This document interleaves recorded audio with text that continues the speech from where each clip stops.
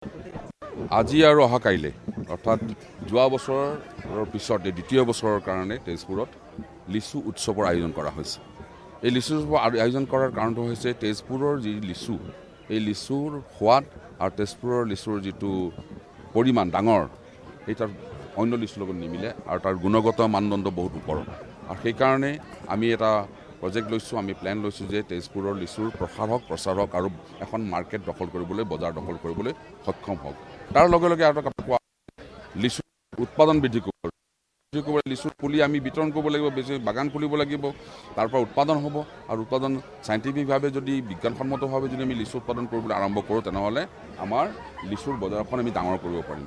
সেই উদ্দেশ্য আগত ৰাখিয়ে মই বিধায়ক হিচাপে তেজপুৰৰ এটা নতুন প্ৰজেক্ট আমি আৰম্ভ কৰিছোঁ। সেইটো প্ৰজেক্ট হৈছে ঘৰে ঘৰে লিচু। আৰু ঘৰে ঘৰে লিচু যিটো আমি আৰম্ভ কৰিছোঁ, আমি প্ৰতিটো পৰিয়ালক অৰ্থাৎ 10,000 পৰিয়ালক আমি দুডালকৈ পুলি দিম। আৰু দুডালকৈ যদি এবিঘা মাটিত 15ডাল লিচু গছ আমি ৰোপণ কৰিব পাৰোঁ, তেনেহ'লে 20,000 পুলিত আমি 1400 বিঘা মাটিত আমি লিচু পুলি ৰোপণ কৰিব পাৰোঁ। আৰু এই 1400 বিঘা মাটিত যদি আমি লিচু পুলি অৰ্থাৎ ঘৰে ঘৰে লিচু বুলি কওঁতে দুডালকৈ লিচু পুলি দিয়া মানে 1400 বিঘা মাটিৰ লিচু উৎপাদন হ'ব। আৰু এই লিচু উৎপাদনে তেজপুৰৰ কাৰণে ভৱিষ্যতে অকল অসমৰ নহয়, তেজপুৰৰ নহয়, ভাৰতৰ নহয়, সমগ্ৰ পৃথিৱীত আমাৰ বজাৰখন দখল কৰিব। লিচুৰ সোৱাদ, ভাৰতবৰ্ষৰ কথা মই কওঁ, মই পৃথিৱীৰ লিচু খোৱা নাই।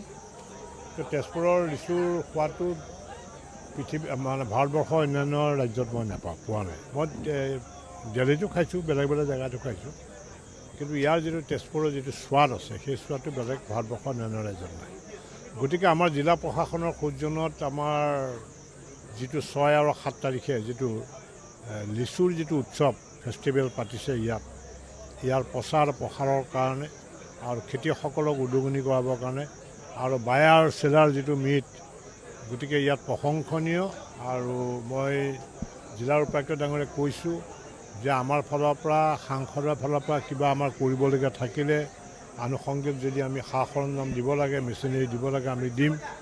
বিধায়ক ডাঙৰীয়া ধুনীয়া এটা প্ৰগ্ৰেম লৈছে যে হৰ ঘৰ লিচু, 10,000 পুলি তেখেতে দিম বুলি কৈছে, 20,000 পুলি। গতিকে আমিও তাৰ ফালৰ পৰা আমিও সেই ধৰণে আমি কামবিলাক কৰিব লাগিব। গতিকে মই সাংবাদিক বন্ধুসকল আপোনালোককো মই অনুৰোধ কৰিছোঁ যে ইয়াৰ আপোনালোকে ৱাইল্ড পাব্লিচিটি কৰক, ছ'চিয়েল মিডিয়া, ফেচবুক, বিভিন্ন ধৰণৰ আপোনালোকৰ আনুষংগিক আছে হেৰিবিলাক, সেইবিলাকৰ থ্ৰুদি আপোনালোকে প্ৰচাৰ কৰক। আমি ভাবোঁ যে অহা বছৰ আমি তেজপুৰ ফেষ্টিভেলটো, লিচু ফেষ্টিভেলটো খুব ভাল ধৰণে পাৰিম, ইয়াতকৈ ভালকৈ পাৰিম।